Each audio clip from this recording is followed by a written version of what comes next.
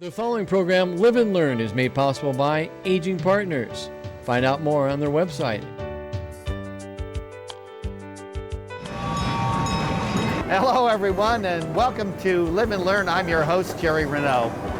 We have a very special program for you today from a very special place, the Lincoln Children's Zoo. You can see we're on the train ride right now. Just one of the many things you can do if you come to the zoo. We're going to do a little walking tour with the former CEO and President Emeritus, John Chapo. It'll be great. Don't go away. Hello everyone, I'm Julie Masters, and working with and for older adults in the aging field can be a rewarding experience. Today we'll talk to Jenna White, Care Manager at Aging Partners, about her choice to pursue an education in gerontology and what the future looks like for those who want to choose a similar path. So stay tuned. Changes in our family situation, compounded by changes in our laws, require us to look at our estate plans from time to time. The recent pandemic brought this to light. Stay tuned for some important hints on things you should be thinking about when crises occur and to get your estate plan in order. This and more on today's Live and Learn. You are watching footage of the Lincoln Children's Zoo. It's a fabulous place, and I encourage you to go down and visit it. And if you have not, we're going to give you a chance to do that today. Hello, everyone. Welcome to Live and Learn. I'm your host, Jerry Renaud. We want to give you a little walking tour of the Lincoln Children's Zoo today, and what better person to do it and help us out is John Chapo. John, you were the longtime CEO here. Now you are President Emeritus. So this will be fun. Thanks for coming to the show. You know, thank you for being here, Jerry. You know, I'm so proud of the Lincoln Children's Zoo and what the community has done with their Lincoln Children's Zoo. I mean, ever since we opened the gates in 1965, it was conceived by the community. It's been nurtured by the community. So it's, you know, it's hats off to the great Lincoln, you know, community that we have. They love their children's zoo. They cherish their children's zoo. They enjoy their children's zoo, and they've given us this opportunity to be here today and have this great experience. Yeah, they really do support it. They do. Tell us about your experience. And I sort of read your bio, and I've known each other for a long time, but you said when you came here it was a few acres and a bunch of farm animals. Exactly. And my goodness, look at what we have now. Look how things have changed. It was small. It wasn't, you know, it wasn't all that terrific, okay? And, you know, I was only going to be here for 2 or 3 years, because who wants to live in Lincoln, Nebraska, Well, sure, right? You know, yeah. it's like Lincoln, Nebraska. Well, you know, I fell in love with the zoo, and I fell in love with Lincoln. I fell in love, okay?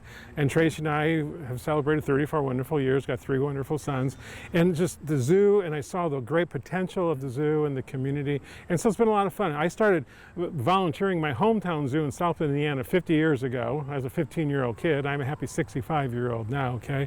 And it's just been zoo my entire life, and just watching it grow and watching us be able to bring iconic animals, awesome experiences for our community, collaborating with Lincoln Public School with the Science Focus program, collaborating with the university, being education to preschoolers and everything in between, and being a great place for seniors too. Oh, yeah. You know, because we have so much for seniors just as well. I don't care if you're 3 years old or 103, coming to the zoo, riding the train, feeding Leo, seeing the animals, it's just as much fun when you're older than when you're young. And you know what? There's just a lot of things happening at your Lincoln Children's Zoo. Yeah, and you have really a great staff, and it has really grown over the year. But the one thing I thought is also nice is that you are looking for volunteers. Oh, absolutely. We're always looking for volunteers, you know, help us engineer the train, master gardeners working in our gardens, because, you know, the zoo is really complex now. It's really grown over the years. It's got a lot larger with the vegetation. We need volunteers to help engineer the train. So just go to the zoo's website, lincolnzoo.org, and you click on volunteer opportunities, and we'll keep you busy, because we need lots of help to make your Lincoln Children's Zoo the great place that it is. Fabulous. Well, let's start our little walking tour, and we'll probably take a look at our giraffes. Let's enjoy the zoo. Yes. All right, so we are here with the giraffes, and John is going to, I think, feed one of them, give them some lettuce, which is always lots of fun. And if you get a chance to come down, you can do that as well. John, let's talk about the giraffes. Everywhere I go in the zoo, I think that's the most spectacular part. But the giraffes are really spectacular. Tell us a little bit about how this all came about and this project. Well, you know, the giraffes are the megastars here at the Children's Zoo. I mean, they are the iconic animal that all the kids love. And you know, giraffe planning actually probably goes back about 7 or 8 years, to be very honest with you. The team has been dreaming this a long time, that Lincoln needs to have this awesome experience that we have here at the Lincoln Children's Zoo with the giraffe. So we did a lot of planning, did a lot of design work, sent people around the country literally measuring facilities, talking to the directors, keepers, curators. We did a lot of research because what we have here at Lincoln is one of the very best leading facilities for giraffe in the entire country. We have other zoos coming to us, measuring, asking questions, talking design. We had Kansas City here just a couple of weeks ago. We had Cheyenne Mountain here a couple of months ago. So it's just our professionals going, you built the best and we want to replicate it. And it's because of our great community supporting the Big Zoos campaign. Yeah, it's pretty spectacular. Now, as we're inside here, the giraffes are both inside and outside, and we'll show the folks what it's like outside as well. But we're inside here, and you can see, what do we have, 4 adults and 3 children? At this point, I believe that's who's out here right now, exactly. Okay. This is the day room, and this is the room where we're in the few zoos in the country that you can feed the giraffe every day of the year. Okay, the weather is beautiful, and our beautiful great Nebraska summers are outside, but in November, December, January, February, that's not exactly conducive to giraffe health outside, okay? So the giraffe are here during the day world. Folks come right on in. As you see, the giraffe come right up and love to be fed here. So even when it's cold and blistery out, you know, and blustery, the giraffe are here and the kids can feed them. So we got this great day room. We got some bedrooms for the giraffe as well. It's heated, it's air conditioned, it's got heated floors, it's got extra soft floors as well, easy around their ankles and their legs, the huge air turnover. So it's really a giraffe palace here that the people and the giraffe get to use. Now, I'm assuming that since the giraffes are mostly in Africa, they're not crazy about the cold weather? No, they're not crazy at all. And we got to be careful because we don't want giraffe slipping and sliding on ice outside. And you know, those are long legs and we don't want any leg injuries, okay? So yeah, they're not cold buggy at all, right, beautiful? I'm sorry, I'll get some more for you. I'll get some more for you when you're outside, I promise. Perfect. Now, what is going to happen to the babies? I assume they are not going to stay here. The Lincoln Children's Zoo works nationally and internationally with our colleagues globally and in the United States. And that's why the giraffe planning has been so long in the planning stage, is because we are partners with zoos everywhere. And one of our lead giraffe keepers says we're a make and take zoo because we got these wonderful giraffes with great genetics, so we will send them off to other zoos for breeding purposes. Every breeding here is very planned and intentional. We have the genetics on every animal here in captivity, okay? We know who's related, we know if their genetics are overly represented or underly represented. Just like our big male Joey, his genes are very underly represented, so the breeding group nationally says, let's increase the number of his. So you always want a deep gene pool, okay? And so that's why it's all planned. And we're very fortunate that we got great animals, great facilities, and we're able to send these animals. The babies, as we love them, they're going to move on and become members of other zoos here in the country. Right, and that's just kind of the way giraffes operate even in the wild, right? Well, that's just it. You know, a male will have his harem of females, but then another male may come along and take a couple of females away. And that's how you keep stirring the gene pool, shall we say. Yeah. You know, you get those females, those babies with other males and things like that. So, you know, it's very much a herd management kind of thing. But, you know, all the animals at the Lincoln Children's Zoo, the vast majority of them are all part of a planned breeding program. Okay, we're taping this in late August, but we are going to air this in October. Will the babies still be here? Stay tuned on what babies will be here in October. I'm not really certain because we have a big planning meeting in September. Like I said, nationally, all the giraffe folks get together and figure out who needs to go where. And I'll be very honest with you, the smaller the giraffe, the easier the transport. Sure, sure. When you got to take a giraffe across country, you don't want an 18-footer. You'd rather go with a 10-footer. Right, yeah. Absolutely. So now we are outside with the giraffes. They're eating some lettuce, having lots of fun doing that. They're such interesting creatures with the size. They are. Talk a little bit about that because it's just fascinating. Remarkable. They are remarkable creatures. You know, when you look at these tongues, the tongues are black. Do you know why they got a black tongue? No idea. So it doesn't get sunburned in the wild, because giraffes are feeding constantly in the wild and here at the zoo, and so they didn't want those tongues sunburned. So that's why they Wow. have nice black tongues, okay? And you can kind of rule of thumb for every foot of giraffe, you get an inch of tongue, okay? There you go. You gotta be fast around here. Yeah. And the other fascinating things too is their neck bones. They have as many neck bones as you and I do. 7, okay? Except their neck bones have rotator cuffs in them, and they're longer neck bones. So the physiology of giraffes is really, really quite remarkable when you look at them. And they have no upper teeth on the front, okay? And they ruminate just like cows do, okay? Just like cattle. So, I mean, so they are kind of long-necked Nebraska cattle, shall we say, right? You're just here, you're just voracious a pig, aren't you? eaters here. Yeah, yes, you are.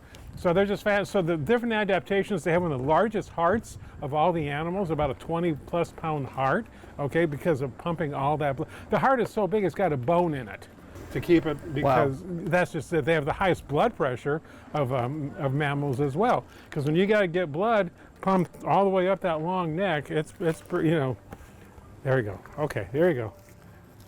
Snorkel away. Historically, how did the giraffe become what the giraffe is today?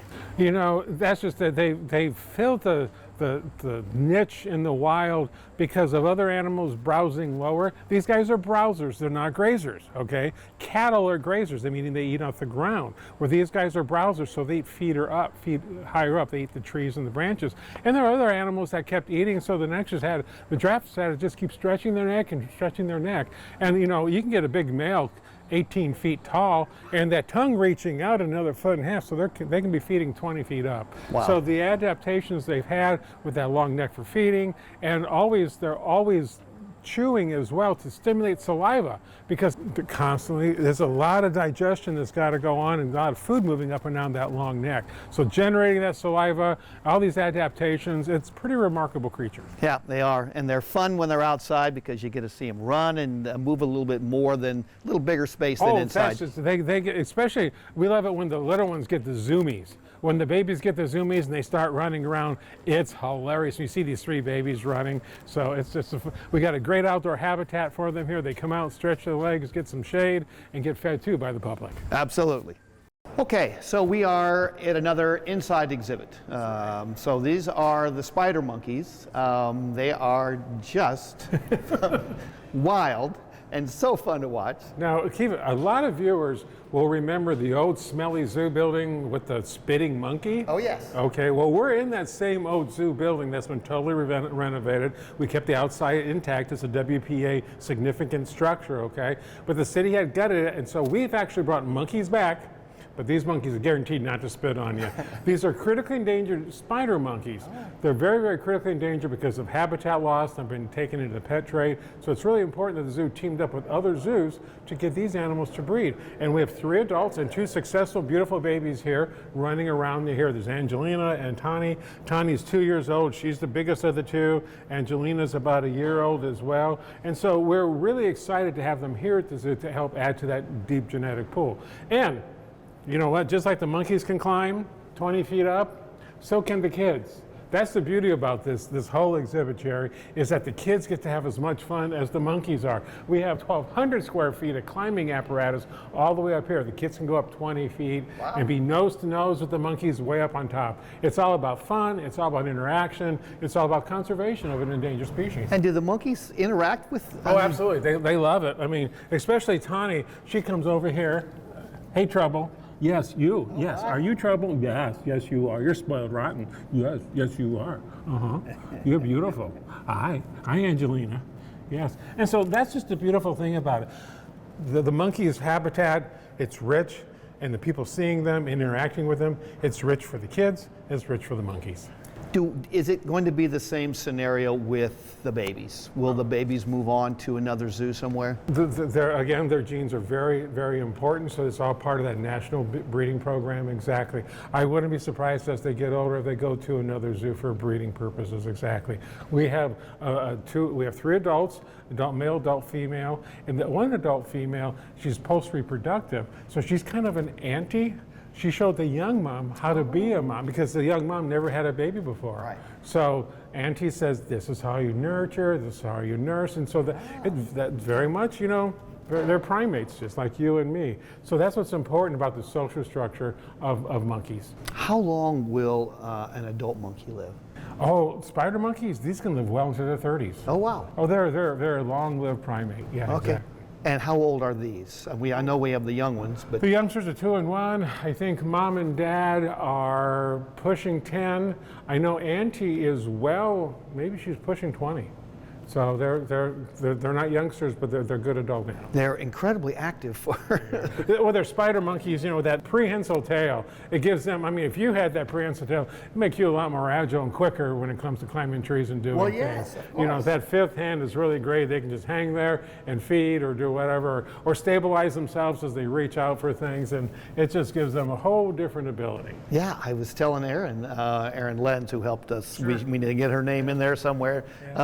They're so much more active than when I saw them the other day. Well, it's all time of the day, just like, you'll play or go golfing for a while, then you go put your feet up and have a beer or something like that. Animals have the same, animals have cycles too. Just like, your cat at home sleeps probably 20 hours a day, kind of glares at you the other 4, Right. okay? And that's a high-level predator for you. Predators sleep more than herbivores that are out there feeding all the time, or primates that are out scavenging for food. So all kinds of different activity levels all day long for an animal. Very cool. They're really fun. They are.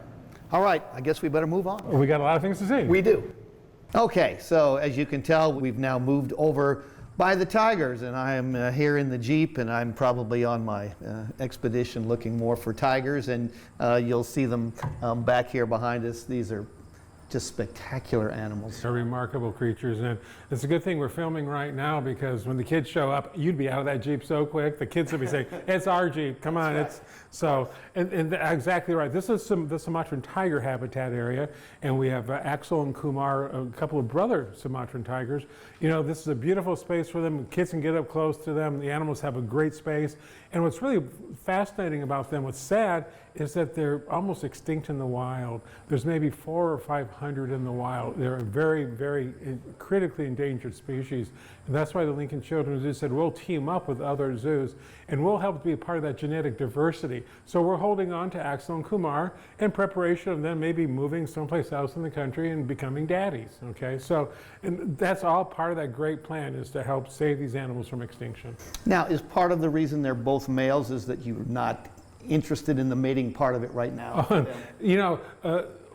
If for us to be in the position to have an adult sexual pair, we would need to have some more facilities. Oh, okay. Because, I don't want to put it this way, but when the male and female get together, they only get together for one reason, and then dad has nothing to do with raising the cubs. So we'd have to make certain that there's lots of space for dad and mom totally separate. This way, Axel and Kumar have the space all together, and they have fun playing with each other. It's pretty uncommon to have adult tigers like this, but they were both born in the San Diego Safari Park, about 6 months apart, and they came here together, and they play, and they enjoy this habitat, romping and having a lot of fun, and just calling Lincoln home. Now, are we making progress in the mating process and having more of these tigers? Well, there's only 17 zoos about in the country that are working with the Sumatran tiger program. The Sumatran tigers are big animals. Even though they're the smallest of the big tigers, only about 260 pounds, where the Amur tiger can get up to over 500 pounds.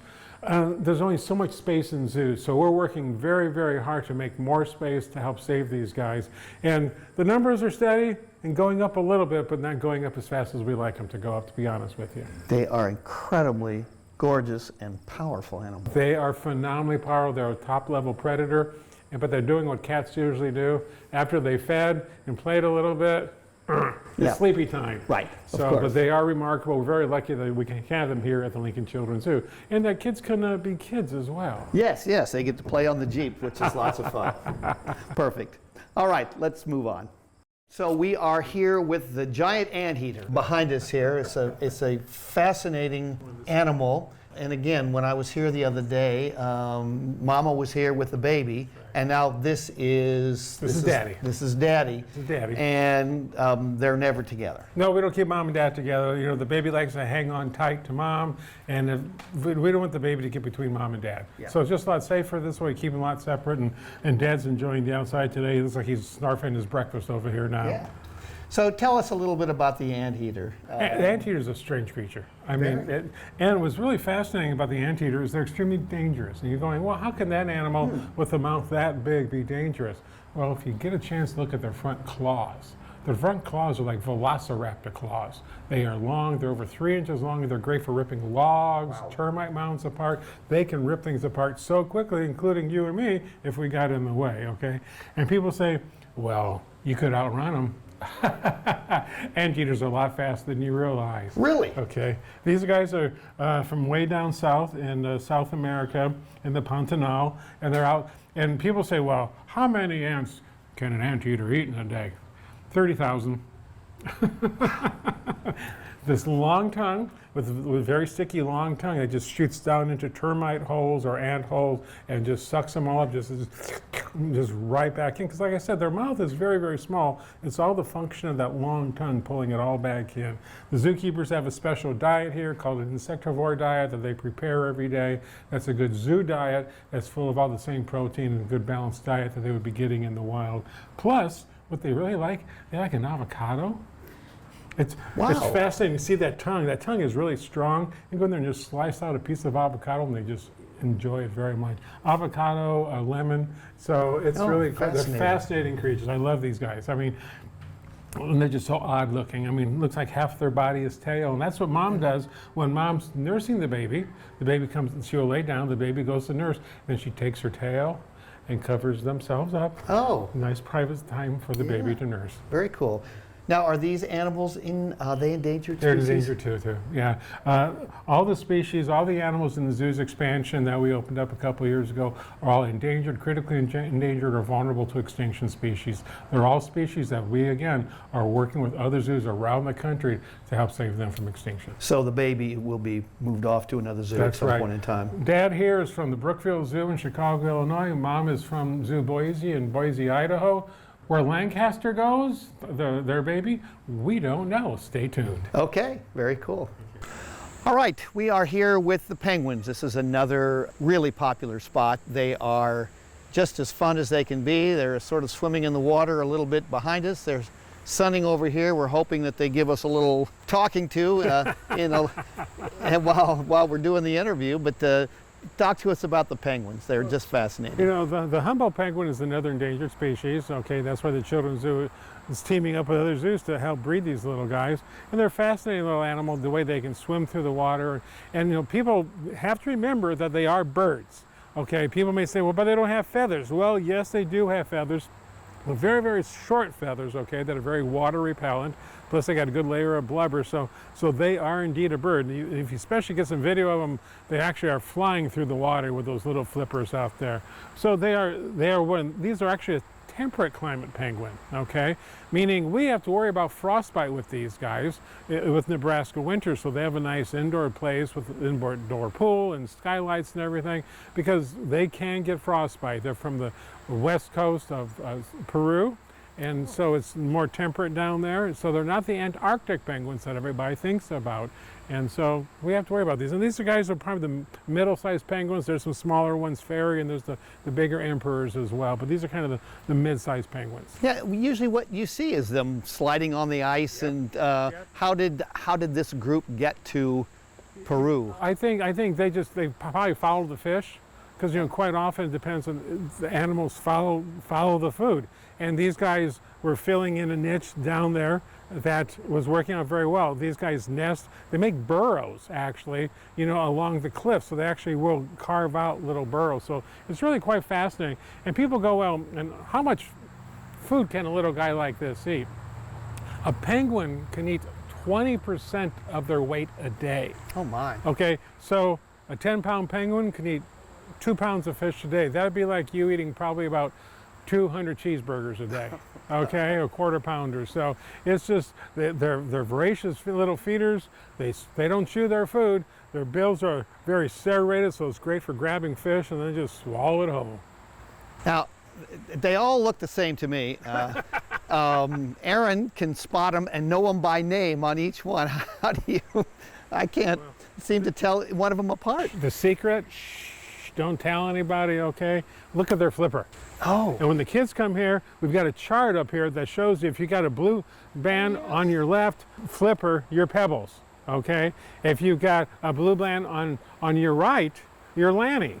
So that's just it. So just look at their flippers, look at their banding, and that's the secret of telling out who is who. And every day the kids get to help feed the penguins at 11 o'clock and 3 o'clock to help keep track of all the fish the penguins eat. So every day at the Lincoln Children's Zoo, coming out for eat that fish at 11 and 3 here at the zoo. So you just have fish that you just throw into the water? You don't know. We hand feed each of the penguins. Hand feed because we want to make certain that each of them are getting their proper amount of food. Because if somebody's only eating 2 fish a day or not eating, we got to say, what's going on? Are you getting ready to molt? Are you ill? What's going on? So no, the zookeepers keep so much detail of all the animals here, exactly what they consume and what they don't consume. So it's quite a science being a zookeeper here at the Lincoln Children's Zoo. Boy, I guess it is. It really is. Now, the young ones, do they move off at some point as well? It all depends on the genetics, exactly. You know, we do have Pebbles. Pebbles was hatched here. They don't have birthdays, they have hatch days, okay?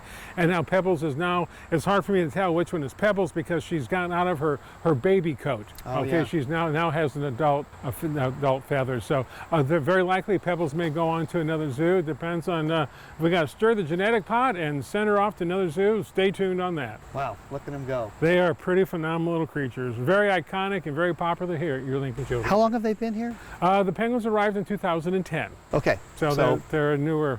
Yeah, but this is one of the older habitats in the zoo that we've remodeled numerous times, and this, 30,000 gallons is just a great pool for them. Yeah. Okay. So as long as we're here, Yeah. right over your shoulder, I keep looking, I'm fascinated by the peacocks.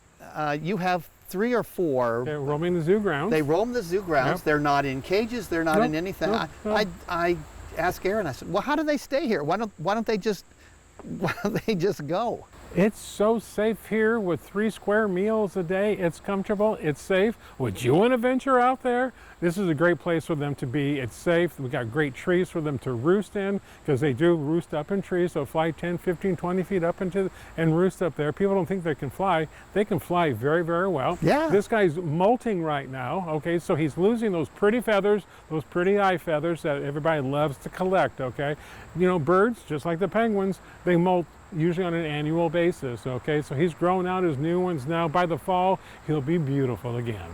Okay, cool. Now, and where did they come from? I mean, they've been here a long time? We've always had peacocks here. And originally they're from India. Oh, Okay, much like all the pheasants that have been brought we bring here to Nebraska and the United States, there's not a single native pheasant. They've all been imported from Asia. Pheasants are from Asia originally, and peacocks are just big pheasants. Okay, well, they're just gorgeous, and they're all over the zoo. So. And keep in mind, these are peacocks, these are boys. We don't have any peahens on the zoo ground. Okay. And you know what? Hate to say it, but the boys are the pretty ones, the girls aren't. All right, well, that's probably a reason for that too. So they can hide with their chicks in the underbrush and not be seen. Absolutely. And the boys look pretty so they can get females. Very cool. Yep. So we have finished our tour. It was a quick one. There is so much more to see. We just didn't get to see everything because it's just such a fascinating place. We're Lincoln's #1 tourist attraction when it comes to arts and culture and being a destination. It's your Lincoln Children's Zoo. So you're absolutely right, Jerry. We got a lot packed in here, and we've teased you just a little bit. Absolutely. John, thank you so much. Before we go, let's talk about a couple of things because as I said earlier, we're airing this in October. So during October, we have a fabulous event, Boo at the Zoo. You want to tell them about your costume and what's going on and the fun that you get to have. And then we have the zoo lights coming in December. Exactly, yeah. October 26th through 30th, always the 5 nights before Halloween, is Boo at the Zoo. A big fundraiser, a big friend-raiser, and a great event for our community. It's a guaranteed merry, not scary, safe trick-or-treating opportunity we have here at the zoo all 5 of those nights. Many people can't go to their neighborhoods anymore because they don't know their neighbors trick-or-treating. Right. They're guaranteed wonderful treat stations here, a lot of fun, a lot of decorations, and they're always welcomed by the Wizard, of course. Oh, yes. Okay, the Wizard, this will be the Wizard's 36th 6th year of Wow. welcoming folks to Boo at the Zoo. So it's a merry, not scary, great way to have your kids have a great, safe opportunity, be your grandkids or your children, and just bring them to the zoo and have fun. Again, October 26th through 30th. And yes, you can always ride the train too at Boo at the Zoo. Well, sure, you got to do that. And then quick, the zoo lights. Oh, Zoo Lights powered by LES. It's a huge event. It's probably the Midwest's largest winter lights attraction. Starting the Friday after Thanksgiving on Black Friday all the way through December 30th, the zoo is aglow with millions of lights and all kinds of beautiful pieces. There's music, there's lights, there's s'mores, there's hot chocolate. It is just, it's a magical place to be. It's filled with magical memories. We have grandparents bringing their grandchildren and their children because it's become a family tradition. So Zoo Lights powered by LES, it's magical, it's memorable, and it's awesome here at your Lincoln Children's Zoo the entire month of December. Fabulous. John, thank you so much for your time. We really appreciate it. It's been a lot of fun. I'll see you at the zoo. Very good. Thank you. And thanks to all of you for joining us today. Be safe, be happy, be healthy. I'm your host, Jerry Renaud, and remember, it's never too late to live and learn.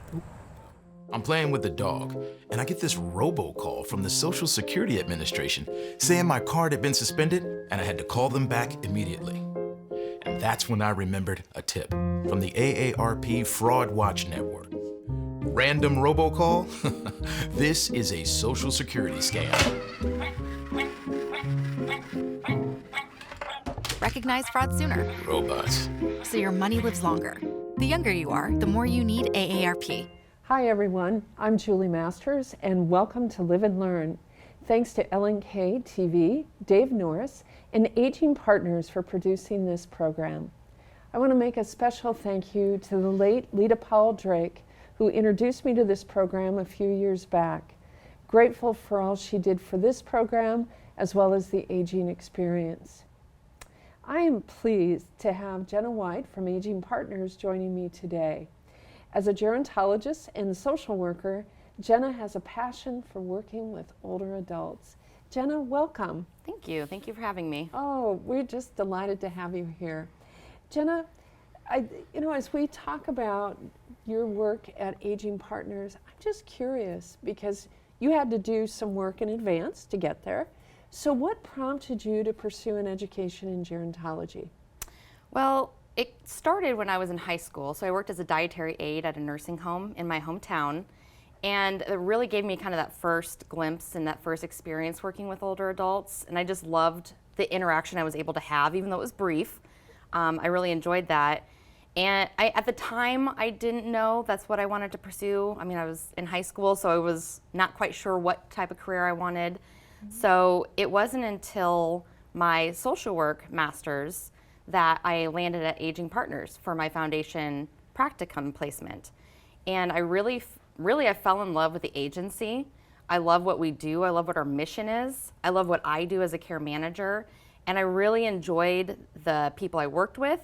Most of them at that time had been there for 30 or 40 years. So that was something unique to find, people who have spent their entire career in one agency, which I felt spoke volumes to the agency itself and what we do.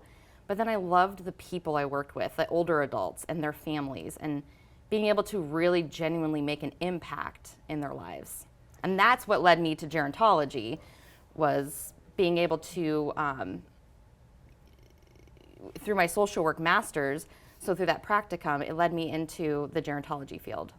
So it's interesting because sometimes people might have the idea that the only thing they need, not the only, but that having the education in social work is sufficient. However, it sounds like you saw that the two complemented one another. Right, and I hadn't heard about gerontology. I'd never heard that term before. And so it was through my social work classes where I had other students who every semester we'd go around and introduce ourselves in new classes. And I remember a few of them saying, you know, I'm getting my master's in social work and I'm also getting a master's in gerontology. And I was like, well, what is this gerontology you speak of? And so I did some more research. I'm like, you know, I really enjoy this population and what I'm doing. And I think this would really supplement and add to my knowledge and, you know, add to my career path. And I chose at that point to focus my entire career on the field of aging. So it was just as if having that interaction with other people that were studying aging, and gerontology is the study of the physical, psychological, and social aspects of aging. Right? So being around people who were doing that, you saw, here's a good connection. Yeah. Okay. Yep. That's outstanding. You know, and I think it's interesting too. So you did your master's degree in social work through the University of Nebraska, Omaha. Yep. And then you also did your master's degree through? Yep, the University of Nebraska in Omaha through the Department of Gerontology. Okay. And I did them partially at the same time. So I was taking classes, I was commuting to Omaha, and I was taking classes both for social work and also gerontology. So, and I also focused both of my practicums on aging, which I didn't intend to initially, but then my advanced practicum for my social work master's, I completed at the VA hospital in Omaha. And I wanted to make sure I was doing something aging related. Excellent. So you talked about commuting from Lincoln to Omaha, but you were able to take some courses in Lincoln, is that right? Yes, I was able to take one course. At the time, I was able to take one course in Lincoln. I was able to take several courses online, which was nice because it helped with that commute. But most of it was in class, but I liked that. I preferred in class because you get that interaction with your fellow students and your professors. That's right. And that's been probably the gift post-pandemic, is being back together and being able to learn from one another. I'm glad you mentioned about taking not only the course in person but online. And the Department of Gerontology it has a statewide mandate to be able to offer gerontological education across the state of Nebraska. So to serve people like yourself who are working and living in Lincoln, to have the opportunity to take classes tends to make that a little more convenient. It does, yes. It makes it more convenient if you're, like you said, if you're working, if you have family, so you can have that time. Absolutely. And so, you know, I think it's interesting, Jenna, that your work at Aging Partners also helps to inform something else that you do, and that is that you serve as an adjunct instructor for the Department of Gerontology. What a great experience for your students. Can you talk a little bit about what you do in that capacity? Sure. So I teach in the fall, I teach Intro to Gerontology at UNL. My course is online. I used to teach in person, but again, because of the pandemic, we had to shift how we were teaching. So I teach that course online. And then in the spring, I teach programs and services for the elderly, which I really enjoy teaching that class because it's what I do every day at Aging Partners ultimately, is connect people with programs and services. So I'm able to bring a lot of my work experience into that class and share real life examples or real life, how things actually work in real life. You know, and sometimes in school we learn a lot about theories and how things should work, but that's not always how they translate into real life. And so it's nice to be able to have that conversation because maybe it'll inspire somebody to want to make that change or advocate for that change for a family member or a program or service in their career as well.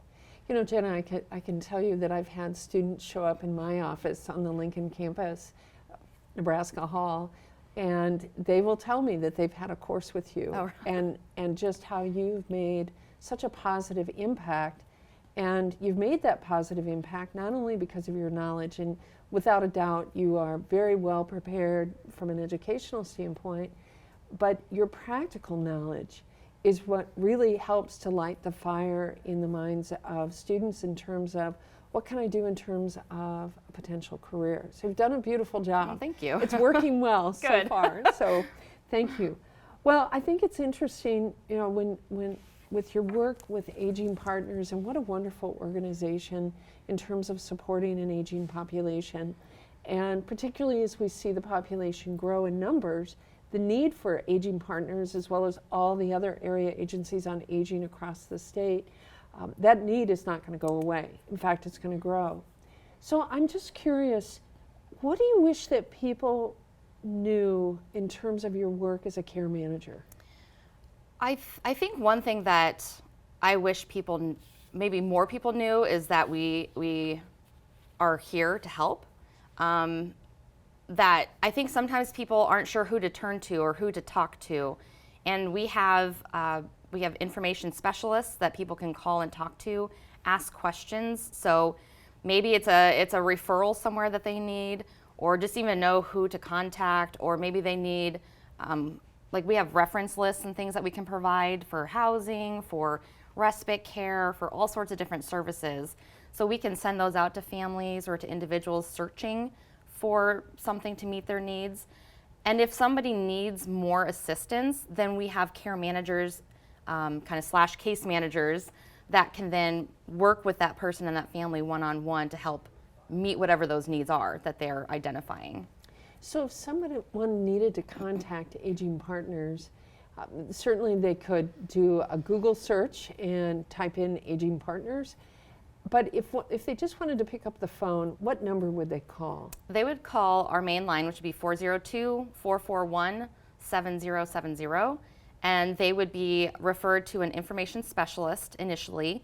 At that point, they'll ask questions to try to understand what's all going on, what direction they need to be, guided towards, and if they need more assistance, then they can make a referral to care management program or other agents or other programs within our agency.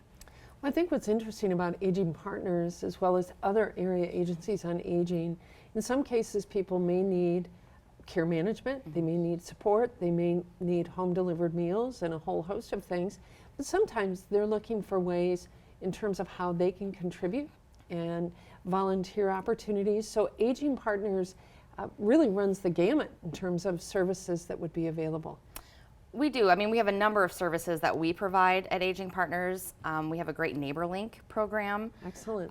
They're always looking for volunteers because we have such a high need for recipients. So we have a number of people that would like to be connected with a Neighbor Link volunteer, even if it's just for that companionship, just to have somebody to talk to maybe once a week, once a month, whatever that need might be.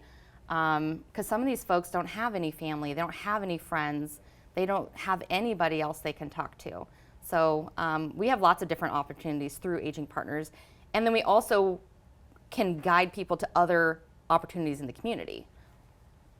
You know, what the research is telling us now is that when people can find a way to give back, you know, when people can focus on things beyond themselves, they tend to do better, not only from a cognitive standpoint, but from a physical standpoint as well, because now they've got a sense of purpose. They have a motivator to get up in the morning. They have a reason to be. So grateful to Aging Partners, grateful to you for what you do in terms of every day and your work with older adults and their families.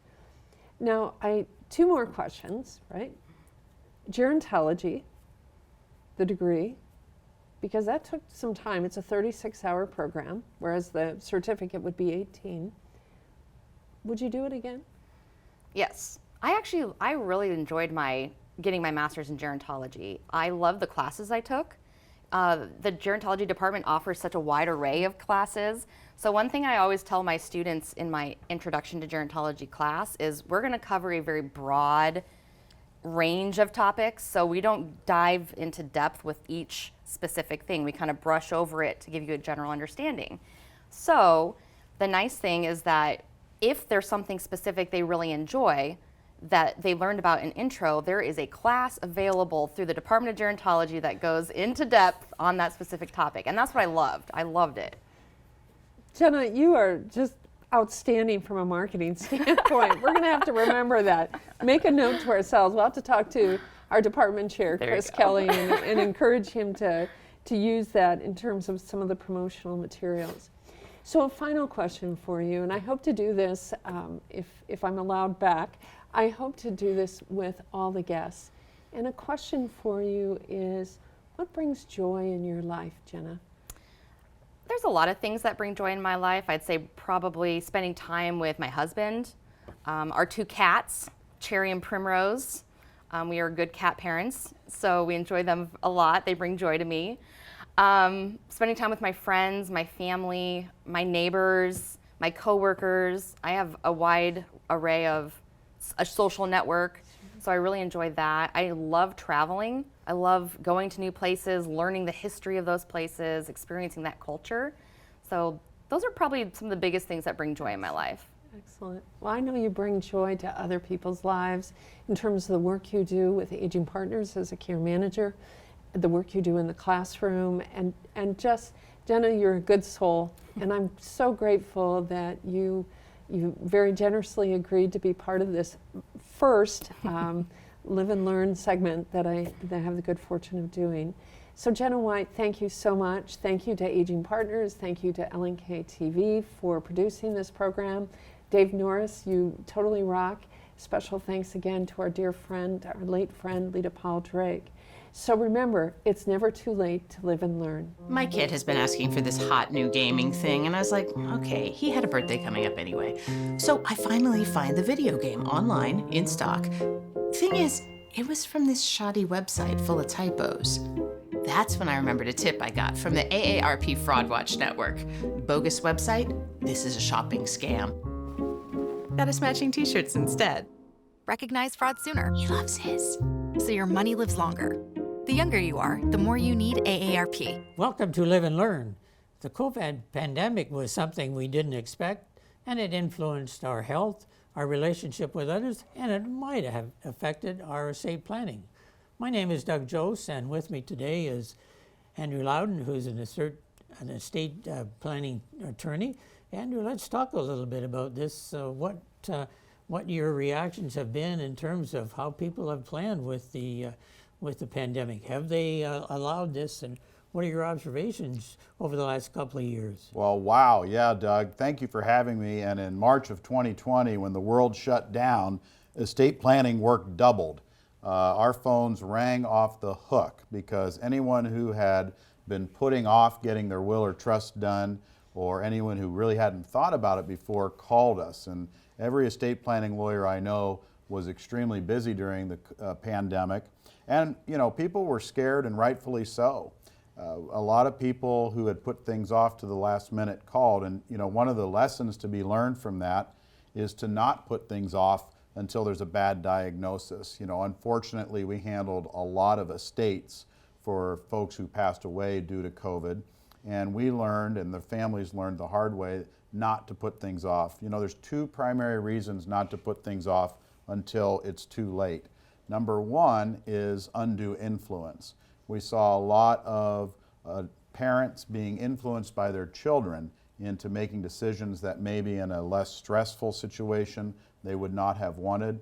It's our job as lawyers to make sure that mom and dad's intent is being carried out, not daughter or son who's trying to communicate the change. So during the pandemic, that was really hard. We had to meet with people through car windows or through the front door. Sure. We had a lot of drive-by signings. And then we went to a lot of assisted living facilities. We couldn't go in, but would stand outside of the window and communicate maybe over the phone and talking to the person to make sure that I was talking to my client.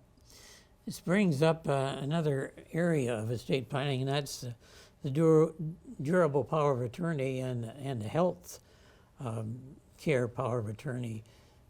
And were people struggling to get these in place as well? You know, I'm fond of saying in a lot of ways the power of attorney for health and finance is more important than a will or trust. And that was certainly true for most people during the pandemic. A power of attorney is a document that is enforced while you're alive, and it allows your loved ones to help you with both financial decisions and health care decisions if a treating physician, a medical doctor, has said that you're no longer able to make those decisions. In the absence of a signed power of attorney before a notary public, sometimes nothing will happen with health care decisions. Maybe no decision will be made. With finances, maybe bills are not being able to be paid. These are relatively simple documents, but you're right, Doug. During the pandemic, it highlighted that everyone, even if they don't have a will or trust, should have a financial power of attorney that allows someone else to conduct their business for them, sign checks, file their income taxes, and a health care power of attorney, which is not just end of life, although that's what gets the most press, right. But what also includes where you live, or who your doctor is, or what course of treatment is to be taken. And then, yes, in an emergency or a hospice situation, who, in consultation with your doctor, will decide whether or not to remove artificial life support and allow the natural dying process to take place. One thing that you sort of alluded to was the representative that you have for your estate. And for example, a lot of situations, a family has their husband and wife are representatives for each other.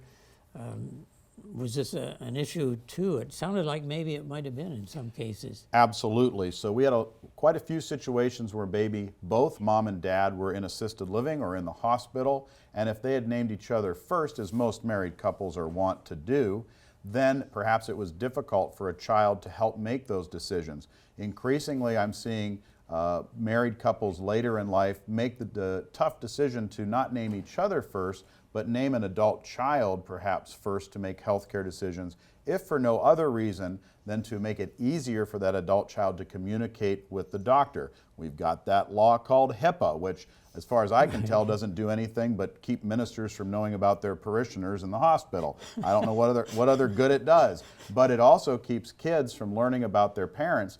If mom is dad's healthcare power of attorney, daughter is not entitled to know what's going on. And so we've seen a shift for some folks. Now, for most folks, it's appropriate to name the spouse as the primary healthcare decision, and then a child as a successor. And designating beneficiaries, that's sort of the next step, and it's important that those be done correctly. What did you find in that regard? Well, I'm fond of talking about the mistakes that are made in estate planning, and I can share with you, Doug, that the number one mistake that people make is having the wrong beneficiary. So it's important for your viewers to remember that who your beneficiary is for life insurance, IRAs, annuities, a pay on death or transfer on death for a bank account. All of that is more powerful than your will. In other words, it doesn't matter what your will says if it says something different than your beneficiary designation. So if you have your 3 children as your beneficiary in your will, but one of your kids co-owns your bank account or is the only beneficiary on your IRA, she will get all of the money, and there's nothing the other 2 can do about it. And we saw that play itself out in a lot of bad ways during the pandemic. So if your viewers don't remember anything else I say today, please double check those beneficiary designations and make sure that matches up with your intent and your estate plan. So then, if you don't have a beneficiary, the will designate where that asset goes? That's correct. We're fond of saying you have an estate plan whether you know it or not. And that's an example where if there's no beneficiary, it goes to your estate, which can cause some tax problems that otherwise would have been avoided, and will go pursuant to your will. Or if you don't have a will, which, believe it or not, the majority of Americans die without a will in place, then it goes pursuant to state law. There's a myth out there that if you don't have a will, the money goes to the government. Well, that's not true. But what is true is that the government determines where your money goes. And it might not be what you want. A single individual who's married with children might assume incorrectly that everything would go to his wife when he dies in his own name, but if he doesn't have a will, that's not true.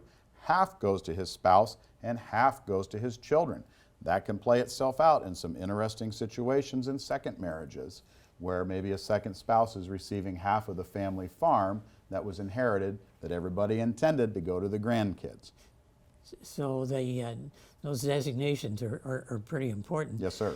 The Secure Act became effective in 2020. Yes. And it eliminated what was called the stretch IRA. Can you explain what that means? Absolutely. So first of all, it's no secret I'm not a fan of this legislation, but it doesn't matter what I think because it's the law. Prior to 2020, when a qualified IRA, which for those of us in town is usually our largest asset. I work with a lot of folks who worked at the University of Nebraska, and it's almost always their largest asset is an IRA. That's a qualified account, meaning you haven't paid income taxes on it until you turn 72 and have to take required minimum distributions. When someone dies and an IRA goes to their spouse, it's a tax-free rollover. There's no tax event.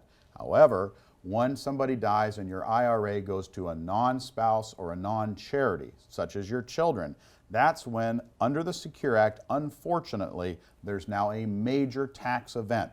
Both the federal government and the state government claiming income taxes on that money that has not been paid, the income taxes have not been paid on.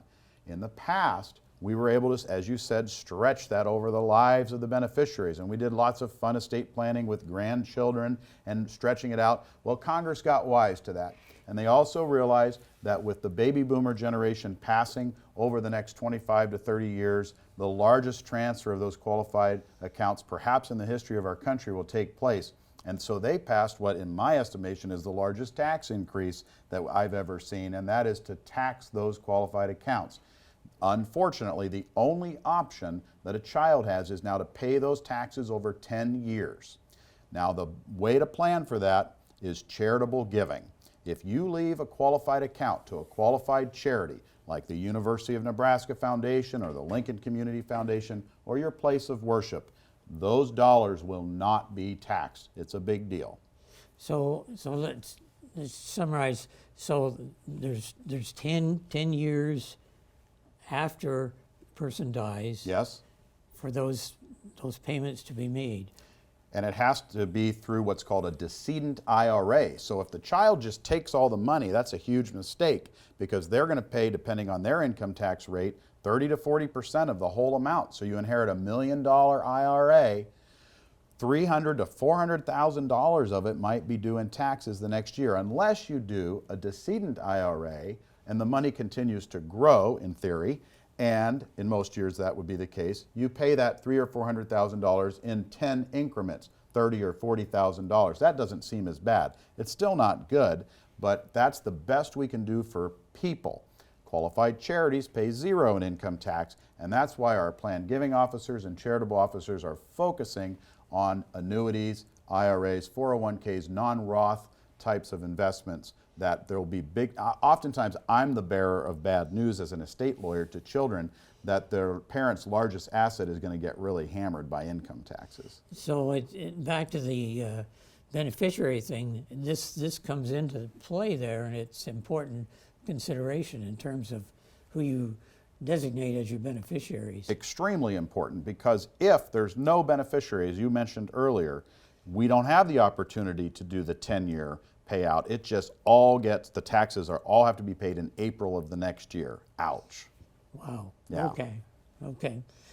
The bottom line here is to make these decisions before these crises occur. You know, we've had a crisis. We've seen what happens. And the pandemic has really pointed this out. So, what are sort of 2 or 3 takeaways that you would have that have really risen up because of the situation we've been in?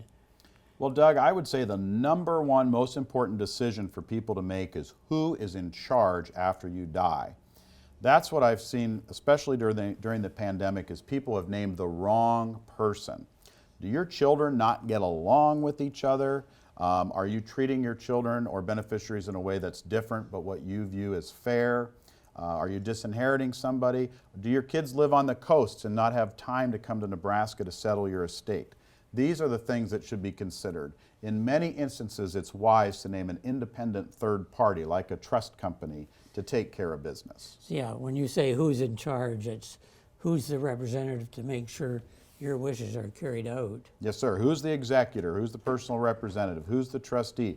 I can write the nicest looking estate plan, but if we have the wrong person named, maybe a procrastinator, somebody who doesn't have time to get things done or who lives far away, it can be a problem. Yeah, that distance and interaction is very important. So any other, have you 1 or 2 other sort of bottom lines that have come up in the last couple of years? Absolutely. So I bet first one is who's in charge. Who's in charge? That's the most important thing. I'd say number 2 is everyone wants to avoid probate.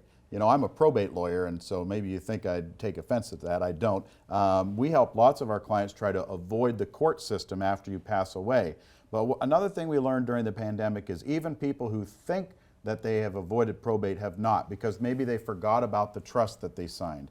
It's very important, especially if you have a revocable living trust, which a lot of your viewers do, that you go back to your attorney, back to your financial advisor, back to your accountant and say, are we avoiding the court system or are we avoiding probate? And is your house owned by the trust? If you have a trust but your house is not owned by the trust, there's going to be a probate. That's just a good example. And so I would take this time to go back and check with your advisor and make sure that you're avoiding the court system if that's your goal, which for the majority of our clients, they like it because they have significantly reduced attorney's fees when you die, making things efficient, quick, and easy rather than taking a year through the court system, and providing privacy for your assets. Andrew, this is a very important subject and very important point you brought up here. And thanks for sharing your experience over the last couple of years. It really brings to light some things that we all should be thinking about when we're planning our estate. So thanks a lot for visiting with us and sharing those with us. My pleasure. And remember, it's never too late to live and learn, to update your estate plan.